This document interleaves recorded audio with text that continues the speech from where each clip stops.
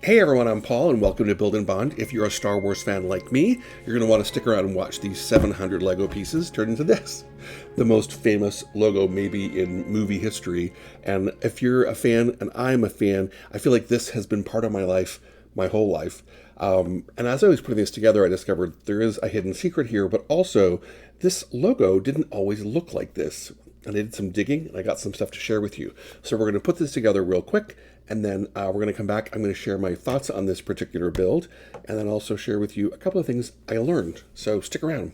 If you're ready, let's go.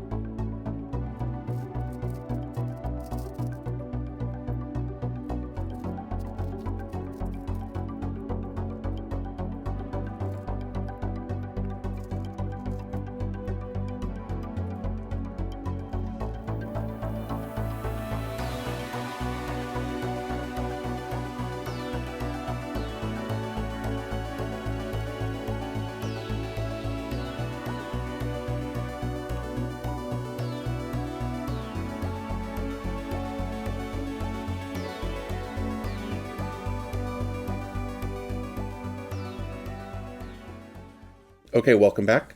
Quick build. I'm going to start with what I love about this. I think it looks fantastic. I think it looks like such an amazing build, and the scale and the shapes seem so accurate to me as someone who loves this brand so much. It's really inventive. It seems super simple, but there are some things about it that I think make it really stand out. And I'm going to go to the top view here so you can see. So, of course, you've got your little secret inside, a nod to the very first time that we saw this Star Wars logo on screen. And so you've got the Tantive being chased by the Imperial Star Destroyer. So, I mean, it's kind of fun. It's a little thing, but it makes a little impression. I think it's really fun. What's also really fun about this model is the fact that you can see it has both sides complete, which I think is really inventive, and it really does work well this way because it feels more dynamic to me somehow this way, that it's 3D. Some really amazing parts usage and builds on this that really give you these wonderful curved shapes, these angles that make up, the W and the A, for example, that are really beautiful and really fun to build. In fact, what you do is you build both of the words independently. So it's kind of fun. You could build it with somebody else if you wanted to. What this does allow you to do, although this is the way that they consider it to be built, you could actually display it this way, depending on the kind of shelving or display space that you have. And I think that's a fun option that they've put in here. It doesn't really say that you should do it that way, but it could totally work. And it's actually the treatment that you see on lots of toys, lots of books, certainly the comics have this kind of a layout as well. So we can recreate a different version of this logo right with the same set. I'm going to probably put it together and keep it together because to me, that is the sort of classic look to it. The fact that it's double-sided also, I think, is really fun. It gives it like a heft and a weight, so it's going to look even better as a display model, which I really love. Oops, I'm off by one there. There we go.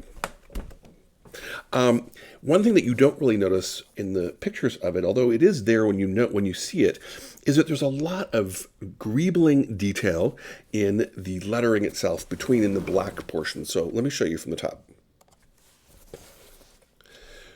So I'm going to move it a little bit to try to catch the light, but you can see in the black parts, it's intentionally really varied in the way that you use the bricks, creating different textures, and so it really does feel like it's coming out of the Lego universe itself, which I think is really fun.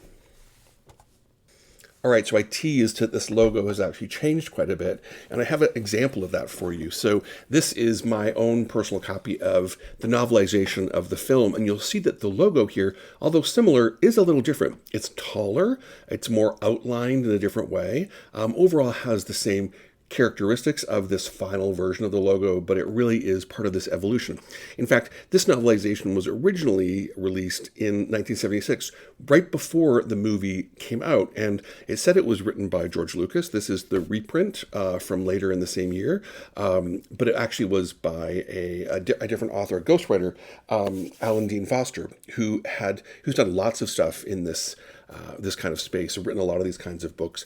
But he did it by reading the script and then writing based on that. So we hadn't seen any of the films. So if you ever get a chance to get your hands on a copy and have a look through that, there are some fun inconsistencies with the way characters look, the way that they are described. Chewbacca in particular, I think is kind of funny. So that's just an interesting example.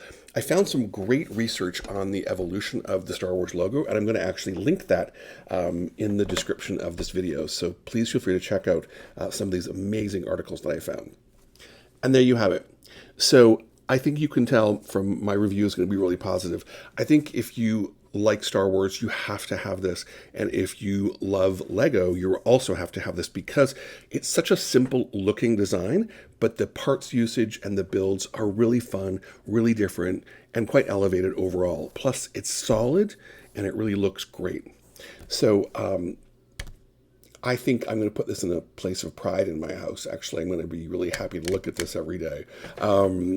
It's going to move around probably until I figure out where that's going to be. I have so much great Star Wars stuff from over the years. If you ever want to see me show off how I incorporate that into my design in the house, or a way I sneak Star Wars in design-wise to places that you wouldn't normally expect it, put a comment in below, please, and I'd be happy to listen to that. All right, so may the Force be with you. This is a wonderful set. You're really going to enjoy it. And whether you have this set, whether you have any Lego sets, remember, at the end of the day, you got this. Thanks for visiting with me. Cheers.